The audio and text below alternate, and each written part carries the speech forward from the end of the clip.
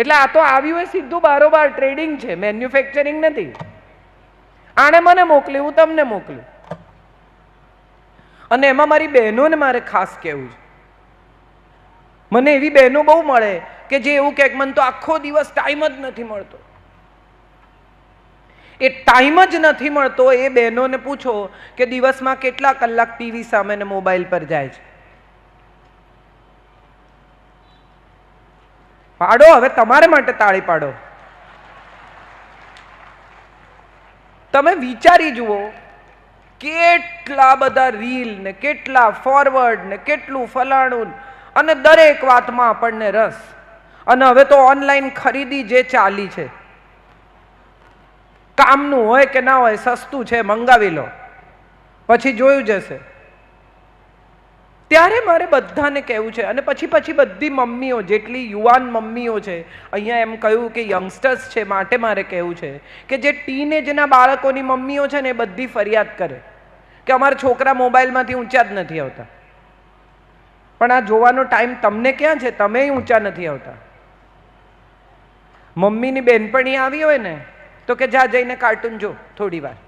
નાનું બચ્ચું હોય ને તો કે જા જઈને કાર્ટૂન જો થોડી વાર. મમ્મી બેનપણી જોડે વાતો કરે અને પછી એમ કે ટીવી બંધ કર, ભણવા બેસ. એટલે તમારી સગવડે એને ટીવી જોવાનું ને તમારી સગવડે એને બંધ કરી દેવાનું. કેટલી બધી યુવાન મમ્મીઓને મેં જોઈ છે કે હાથમાં મોબાઈલ પકડાવી દે ને બાળકને જમાડે. હવે આ બાળકને તમે મોબાઈલ જોતા જોતા જમાડવાની ટેવ પાડો છો, પછી એ 13-14 વર્ષનું થશે ને ત્યારે આમ જમશે, અને ત્યારે તમને ગુસ્સો આવશે, ત્યારે તમે કહેશો ફોન મૂકી દે. પણ આ ટેવ તો તમે જ પાડી મોબાઈલ જોતા જમવાની. આજે જ્યારે આટલી બધી દીકરીઓ, ગામની નિયાણીઓ અહીંયા ભેગી થઈ છે, ત્યારે મારે બધાને કહેવું છે કે ગામની દીકરીઓ જ્યારે ગામમાં પાછી આવે ને તો મને એવું લાગે કે સાક્ષાત લક્ષ્મી પોતાને ઘેર પાછી ફરી છે. આપણા ઘરની લક્ષ્મી કોકની ગૃહલક્ષ્મી બનીને ગઈ હતી, જે આજે આપણે ઘેર ફરી આશીર્વાદ આપવા, ફરી કૃપા કરવા, ફરી આનંદ કરવા, ફરી પાછી ફરી છે. આ બધી એવી દીકરીઓ છે કે જે કોકના ઘરને અજવાળે છે, કોકના ઘરમાં આનંદથી રહે છે, કોકના સંતાનોને એણે જન્મ આપ્યો છે, કોકના પરિવારોને આગળ વધાર્યા છે, કોકના માતા પિતાની સેવા કરે છે, કોકના વડીલોનું માન રાખે છે. આ બધી દીકરીઓ અહીંયા આવી છે. તમે જુઓ, એને મજા કરતી હશે, અને કેટલાય દિવસે મળી હોય, વાતોમાંથી ઊંચી ના આવે. મને તો એવું હતું કે સવારે કોઈ હશે જ નહીં, બધા મજા કરતા હશે. 10 વાગ્યામાં કોણ આવશે? દીકરી ઘેર પાછી ફરી હોય તો 10 વાગ્યામાં આવવું ગમે? કોઈને ના ગમે.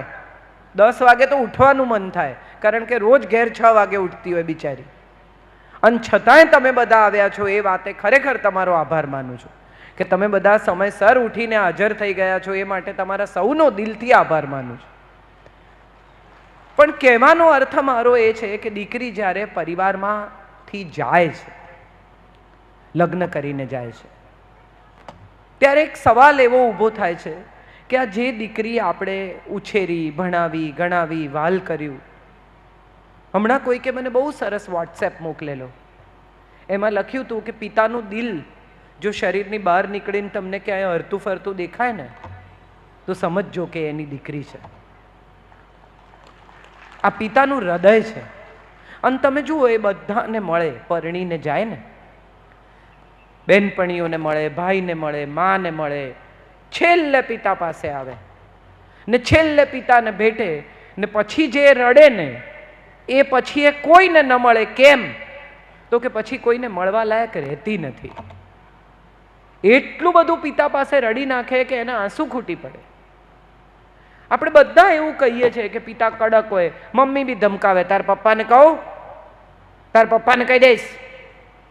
દીકરીને પપ્પાની બીક લાગે, પણ ખરું પૂછો ને તો દીકરી જેટલી પપ્પાને વાલી હોય છે ને એટલી કોઈને વાલી નથી હોતી. અને બધા પપ્પાઓ તમે જુઓ કે કેટલા દિવસ આપણે ઘેર રહેવાની છે બિચારી, કેટલા દિવસ આપણે ઘેર છે, એને જેમ કરવું એમ કરવા દે, એને મજા કરવા દે, એને ફરી લેવા દે, એને જે પહેરવું હોય પહેરી લેવા દે. આવું આપણે બધા કહીએ છીએ. પણ સાથે સાથે આપણે ભૂલી જઈએ છીએ કે આપણે એને કોઈકને ઘેર તો મોકલવાની જ છે. આપણે ઉછેરેલી, મોટી કરેલી, સંસ્કાર આપેલી, ભણાવેલી દીકરી કાલે સવારે કોઈનું કુટુંબ અજવાળવા જવાની છે. અને ત્યારે સૌથી અગત્યની વાત એ છે કે પિતા એને ગમે એટલા લાડ કરે, મા એને ગમે એટલી ટ્રેનિંગ આપે, આપણે એને એટલું શીખવવું જ પડશે કે બેટા જઈને શરૂઆતનું એડજસ્ટમેન્ટ તો તારે જ કરવું પડશે. કારણ કે એ લોકો ત્યાં જ રહે છે, તું નવી આવી છે. નવી નવી સ્કૂલમાં તમે જાઓ તો ત્યાં ભણતા વિદ્યાર્થીઓ તો બધા મજામાં જ હોય ને. તમારે જઈને નવા નવા દાખલ થયા હો, એક ગામથી બીજે ગામ માતા પિતા સરકારી નોકર હોય ને શિફ્ટ થઈ હોય અને નવી સ્કૂલમાં દાખલ થાઓ તો તમારે એડજસ્ટ કરવાનું બાકીના લોકો સાથે, તમારે મિત્રતા કરવાની ત્યાં ભણતા વિદ્યાર્થીઓ સાથે. તો જિંદગી પણ એક સ્કૂલ જ છે. તમે નવી સ્કૂલમાં દાખલ થયા છો, હવે મમ્મી પપ્પાની સ્કૂલ પૂરી થઈ, હવે સાસરાની સ્કૂલ શરૂ થઈ અને એ સ્કૂલમાં તમારે વધારે એડજસ્ટ કરવાનું છે એવું માતા પિતાએ દીકરીઓને શીખવવું જોઈએ. મને મારી માએ શીખવ્યું છે. મને હંમેશા એક વાત એવી સમજાય છે કે તમે સુખી થવા માંગતા હો ને તો શાંતિ રાખતા શીખો. દરેક વખતે એ જ ટાઈમે ત્યાં ને ત્યાં જવાબ આપી દેવાથી કંઈ થતું નથી. આટલી બધી બહેનો હાજર છે ત્યારે બધાની મમ્મીઓએ હશે, અહીંથી ગયેલી મમ્મી પણ નિયાણી હશે ને અહીંથી ગયેલી દીકરી પણ નિયાણી હશે, એવા પણ બધા ભેગા થયા હશે. ત્યારે મારે કહેવું છે કે આ મોબાઈલ અને સોશિયલ મીડિયાની વાત કરીને, આ જે મોબાઈલ આવ્યા ને એમાં એક સૌથી મોટો પ્રોબ્લેમ શું થયો છે ખબર છે? મમ્મી રોજ ફોન કરે છે અને મમ્મી ફોન કરે ને એટલે દીકરીને ઘેર શું બન્યું, કોણ આવેલું, ક્યાં ગયેલા, બહાર ગયા તો શું જમ્યા, કોઈ જમવા આવેલું તો શું બનાવ્યું, આ બધી વિગતો મમ્મી દીકરી પાસે લે. ત્યાં સુધી એ વાંધો નહીં, પણ એ પછી એ સલાહ આપે. તારે જવાબ આપી દેવો જોઈએ ને, તે કેમ સાંભળી લીધું, બહુ પોળી ના થતી, આમ ના કરતી, આપણે શું કામ સાંભળી લેવાનું, તારી દેરાણી કરે છે તો તારે કરવું પડે. ન કરો આવું.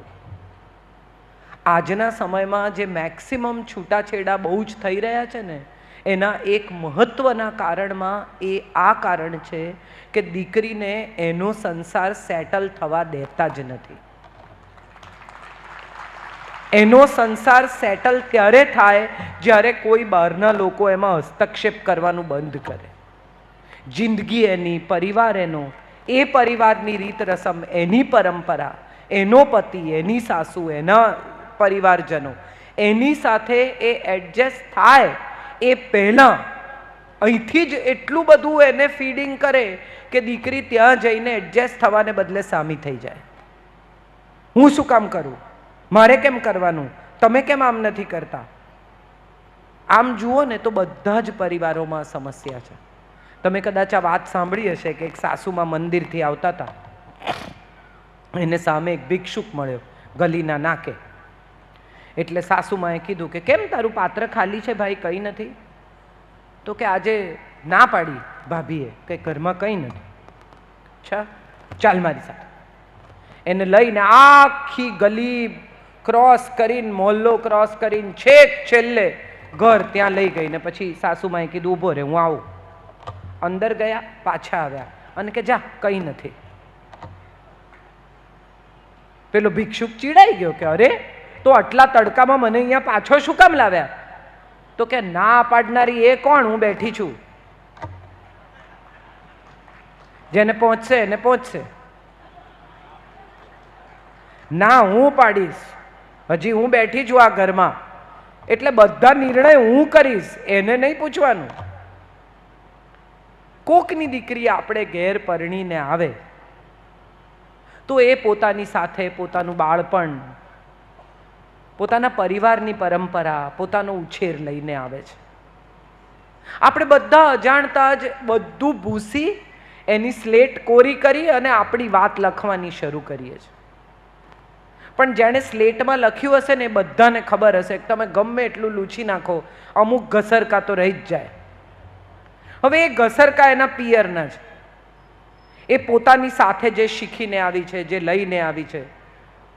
તમે મોબાઈલ નવો ખરીદ્યો હોય ને તો તમને બે મોબાઈલ બાજુમાં મૂકીને બ્લૂટૂથ ઓન કરી આપે અને એમ કે જ્યાં સુધી આ ફોનનો ડેટા આ ફોનમાં ટ્રાન્સફર ના થાય ને ત્યાં સુધી વચ્ચે બટનો ના દબાવતા, નહીં તો હેંગ થઈ જશે. હા કે ના?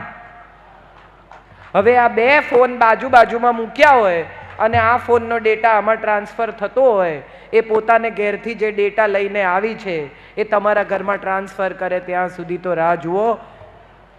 બટન દબાવવાના ચાલુ કરીને એને હેંગ ના કરી દો.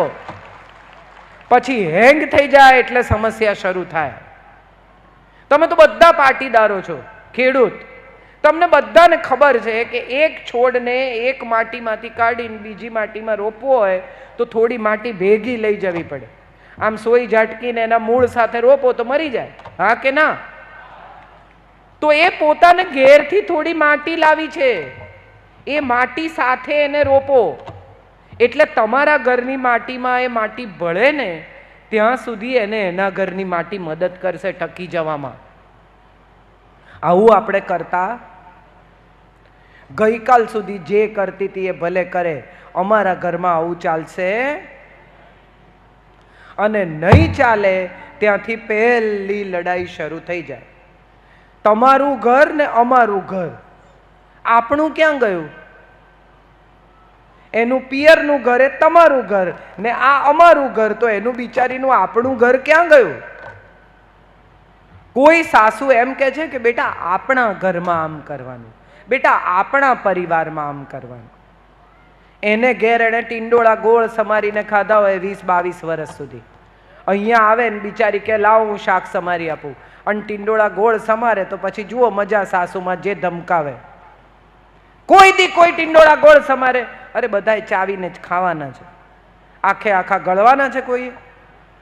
અને તોય ઊભા ટિંડોળા સમારવાના. હા ભલે તમારા ઘરમાં એમ પરંપરા હોય તો એને ધીમેથી કહો કે બેટા આપણે ઘેર છે ને ટિંડોળા ઊભા સમારે છે.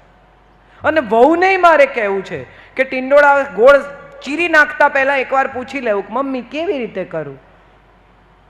હવે આ કેવી રીતે કરું પૂછવાનો સૌથી મોટો ઈગો પ્રોબ્લેમ નવી પેઢીને છે. મને બધું આવડે છે, MBA. સમજાયું? આ બધા જેટલા MBA છે ને એ બધા કે મને બધું આવડે. એક બેન હતા, નવા લગ્ન થયા, પછી એના વરે એને કહ્યું કે પૂરણપોળી બનાવો ને, મારી મમ્મી બનાવે છે એવી. કે ભલે. હવે એને એમ થયું કે આ પૂરણપોળી કેવી રીતે બનાવવાની, મને તો આવડતી નથી. એટલે નીચે એક માજી રહેતા હતા, એને ત્યાં ગઈ ને એને પૂછ્યું કે હે માજી પૂરણપોળી કેવી રીતે બનાવવાની? તો કે પહેલાં છે ને બેટા દાળ બાફવાની. તો કે હા એ તો મને ખબર છે. પછી? તો કે પછી લોટ બાંધવાનો. તો કે હા એ મને ખબર છે. પછી? તો કે પછી જાયફળ જે તમારે બીજું નાખવું એ એલાયચી બધું નાખીને દાળને ઘટ્ટ કરવાની. તો કે હા એ મને આવડે છે. પછી? તો કે પછી લુવા પાડવાના, આમ કરવાનું ને પૂરણપોળી વણવાની. તો કે એ મને આવડે. પછી માજીનું મગજ ગયું બધું આવડે છે પૂછવા શું કામ આવી છે? એટલે માજીએ કીધું બસ વણીને પાણીમાં નાખી દેવાની. તને આવડે છે ને? તો કે હા એ મને આવડે છે. એ તો ગઈ પૂરણપોળી બધું જેમ બતાવ્યું તો એમ રેસીપી પ્રમાણે બનાવી, વણીને પાણીમાં નાખી દીધી. છોકરો આવ્યો, લાવ પૂરણપોળી. તો પેલી તો આમ રસા જેવી પૂરણપોળી. તો કે આ તે શું કર્યું? તો કે કેમ આવી જ તો બને. નીચેવાળા માજીએ શીખવ્યું. છોકરો નીચે પૂછવા ગયો તો માજી કે બધી વાતમાં કે મને આવડે તો શું શીખવે એને? શીખવાની તૈયારી ક્યારે હોય? નોટ કોરી હોય તો એમાં કઈ લખાય. લખેલી નોટમાં કોઈ કેવી રીતે કઈ લખે? આપણે લખેલું પાનું કેવું ફેરવી નાખીએ છીએ, ભાઈ કોરું પાનું ગોતો તો એમાં કઈ લખાશે. લખેલા પાનામાં કોઈ કઈ લખી શકે છે? તો તમે તો બધું લખીને જ આવ્યા છો.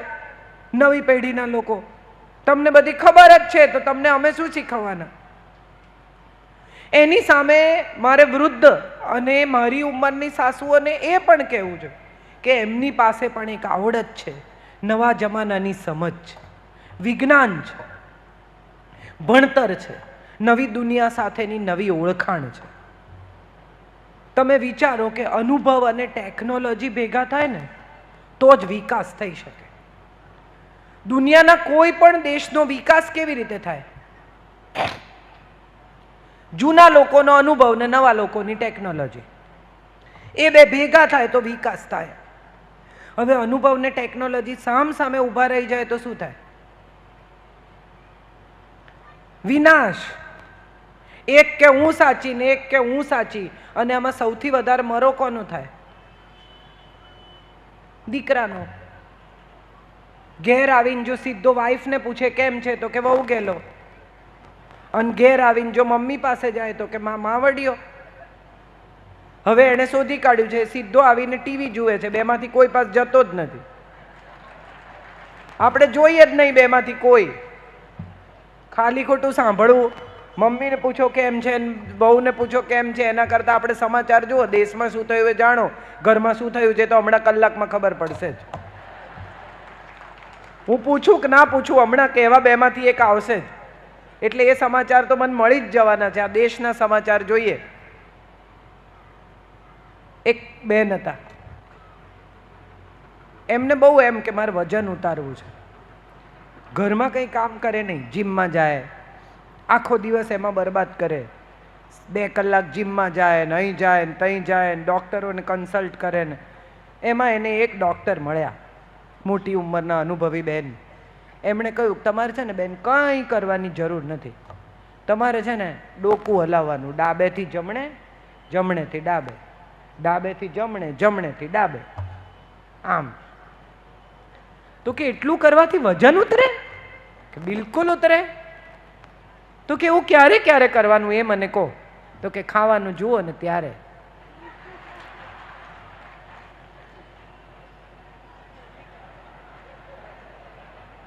મારે નથી ખાવું.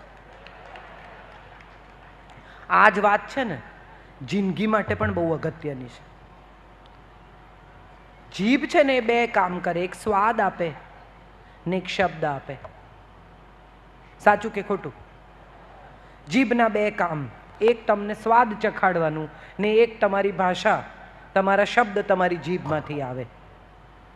આ 2 ઉપર જો કંટ્રોલ આવી જાય ને, સ્વાદ અને શબ્દ, તો સ્વાસ્થ્ય અને સંબંધ સારા રહે. એટલે જ્યારે એમ થાય ને કે મારે કઈ જ દેવું છે, ત્યારે ડોકું હલાવું, ડાબેથી જમણે ને જમણેથી ડાબે. થોડીક વાર હલાવશો ને તો મન શાંત થઈ જશે. અત્યારે ને અત્યારે, હમણાં ને હમણાં ચોપડાવી જ દઉં, સંભળાવી જ દઉં, કહી જ દઉં. હમણાં આ પશ્ચિમથી બહુ પવન આવ્યો છે. આજે તો મેં કેટલી સ્ત્રીઓને સાડીમાં જોઈ, કેટલા વખતે. બાકી સાડી સ્ત્રીઓ હવે પહેરતી નથી. મને બહુ ગમે, મારા દેશનો પોશાક છે, હું હંમેશા સાડી પહેરું. તો મને ના એમાં કંઈ તાળી પાડવા જેવું નથી. આપણા દેશના કપડાં આપણે પહેરીએ એમાં હું તાળી પાડવાની. પણ મજાની વાત એ છે કે આપણે બધા આપણી પરંપરાઓ ભૂલતા જઈએ છીએ.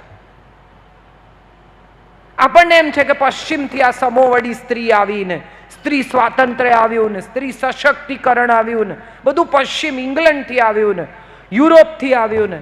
એકચ્યુઅલી મારે તમને એક વાર્તા કહેવી છે, ગાર્ગી અને યાજ્ઞવલ્ક્યની. બહુ જ મોટા મહર્ષિ યાજ્ઞવલ્ક્ય, સૌથી જ્ઞાની.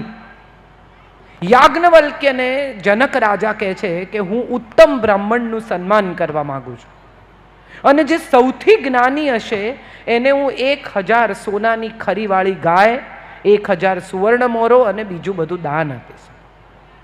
યાજ્ઞવલ્ક્યે કહ્યું હું જ છું સૌથી બુદ્ધિશાળી, મારાથી વધારે જ્ઞાની તો કોઈ છે જ નહીં, લઈ લો બધું. ત્યારે 21 વર્ષની એક છોકરી, વચકનુ ઋષિની દીકરી, એ આવી અને એણે કહ્યું કે તમે કેવી રીતે નક્કી કરી લીધું કે તમે સૌથી જ્ઞાની છો? મારા પ્રશ્નોના જવાબ આપો. આ દેશની પરંપરા, આ દેશનું સ્ત્રી સન્માન એ છે કે આટલા મોટા જ્ઞાની ઋષિ પેલી 21 વર્ષની છોકરીના સવાલોના જવાબ આપે છે, અને એ નમ્રતાથી જવાબ આપે છે. ઉપનિષદમાં ગાર્ગી અને યાજ્ઞવલ્ક્યનો સંવાદ એ ઉત્તમ સંવાદ છે, જેમાં જ્ઞાન તમને ભરી ભરીને મળે છે. ગાર્ગી એને પ્રશ્નો પૂછે છે અને યાજ્ઞવલ્ક્ય એના જવાબ આપે છે, જેમાં આખા જીવનનું દર્શન છે. 21 વર્ષની છોકરી. બીજી એક કથા. મહાન ગણિતાચાર્ય, જ્યોતિષાચાર્ય, એની દીકરીનું ભવિષ્ય જુએ છે. એમાં લખ્યું છે કે વૈધવ્ય યોગ છે. હવે દીકરી પોતાની જે આખી દુનિયાની કુંડળીઓ મેળવે એની પોતાની દીકરીના કુંડળીમાં વૈધવ્ય યોગ છે. એ નક્કી કરે છે કે આપણે એવું મુહૂર્ત કાઢવું, લક્ષ્મીનારાયણના લગ્ન થયા એવું કે આમાં કોઈ દિવસ બે જણા છૂટે જ નહીં. શિવ પાર્વતીના વિવાહ જેવું મુહૂર્ત.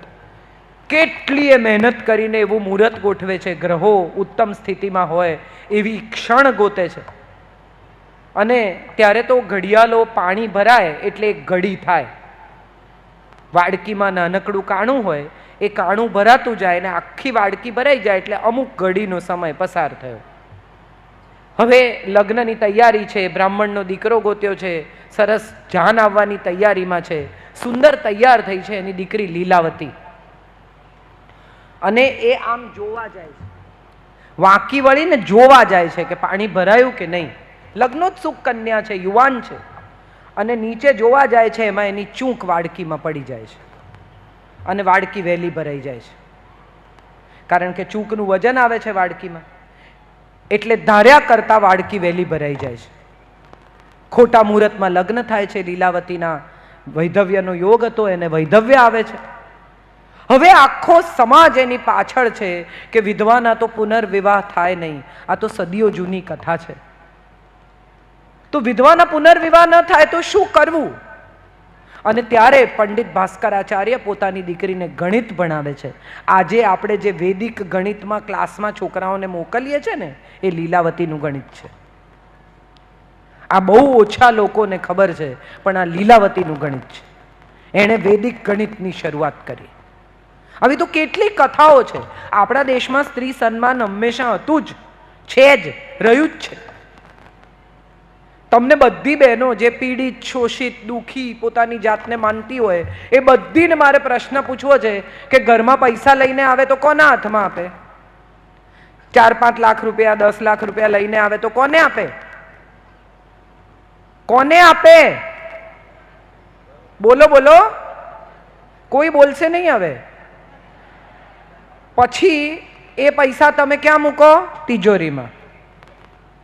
એની ચાવી ક્યાં રહે? કેડે. અને જો 10 મૂકવા આપ્યા એમાંથી 2 માગે તો શું પૂછવાનું? કેમ? એના પૈસા એણે મૂકવા આપ્યા અને એ માગે તો એ પૂછે કેમ? અને કે અમારું તો કંઈ ચાલતું જ નથી. સાચી વાત કે ખોટી વાત? ભાઈઓ વધારે કહે છે સાચી વાત, સાચી વાત. બહેનો બોલતી નથી. તમે જુઓ, બીજી તમને સાદો તમારી નજર સામે દાખલો આપો. આ બહેનો જેટલી બેઠી છે એમાં કેટલા કલર છે, કેટલા રંગો. એક શેડ, એક કલર ખૂટતો નથી. અને અહીંયા જુઓ, ભૂરા, સફેદ, કથ્થઈ, હદમાં હદ કાળા, 1-2 જણાએ ગ્રીન પહેર્યો છે, પૂરો થઈ ગયો. સ્ત્રીના જીવનમાં આટલા રંગો છે. આ બધા રંગોને જીવતા આવડે ને તો જીવન અદ્ભુત છે. જીવતા ન આવડે ને તો તમે રંગોળી કોઈ દાડો ઉપાડી છે? રંગોળી ઉપાડો ને કેવો રાખોડી થઈ જાય, બધા રંગ ભેગા થઈને નકામો, પછી એ ફેંકી દેવાનો. આ બધા રંગોને જો છૂટા પાડીને જીવી શકો ને તો જિંદગી અદ્ભુત છે. અને બધા ભેગા કરી નાખો તો રાખોડી, પછી એમાં તમારી કોઈ મદદ ન કરી શકે. બધું ગડમડ કરી નાખે, ઝઘડા ઝઘડી કરીને બધું એવું ગૂંચવે અને પછી કે હવે મારું કોઈ સાંભળતું નથી. સત્ય એ છે કે લગ્ન જીવન હોય, સંબંધ હોય, બાળ ઉછેર હોય, પ્રેમ હોય, કંઈ પણ હોય, 2 જણાના કોન્ટ્રીબ્યુશન વગર થતું નથી. એકલો માણસ ઝઘડી શકે? હા કે ના? એકલો માણસ હસી શકે? તરત ડોક્ટર બોલાવે બહુ હશે તો કે આ એકલો એકલો હશે છે, ડોક્ટર બોલાવો, ઠેકાણું નથી આનું. પણ એકલો રડી શકે? દુઃખી થવું હોય તો એકલા ચાલે, પણ સુખી થવું હોય તો ઓછામાં ઓછા 2 જોઈએ. આ વાત ગાંઠે બાંધી લઈએ કે જો સુખી થવું હશે તો ઓછામાં ઓછા બે જોઈશે. આ નવા જમાનાની છોકરીઓ કહે છે અમારે તો કોઈનું કામ નથી, હું તો કમાઉં છું, એકલી રહીશ.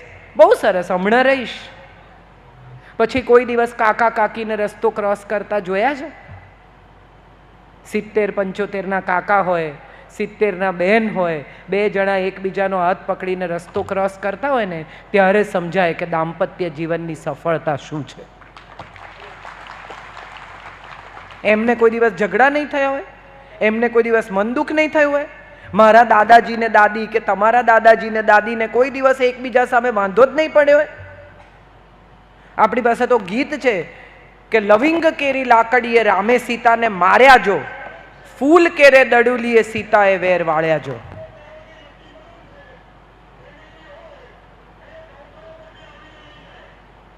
જવું છે કોઈને? કાઉન્ટર ઉપર કંઈ છે, કોઈને જવું હોય તો જઈ આવો. એકવાર મને આવી રીતે હું લેક્ચરમાં બોલતી હતી, ઇनको કે ચિઠ્ઠી પકડાવી, તો મને કહ્યું કે ફલાણા નંબરની ગાડી છે એને ખસેડી લો. એક વાર, બે વાર, 3 વાર મેં વાંચ્યું, ફલાણા નંબરની ગાડી છે એને ખસેડી લો, ફલાણા નંબરની ગાડી છે એને ખસેડી લો. પછી મને સમજાયું કે મારો જ ગાડીનો નંબર છે.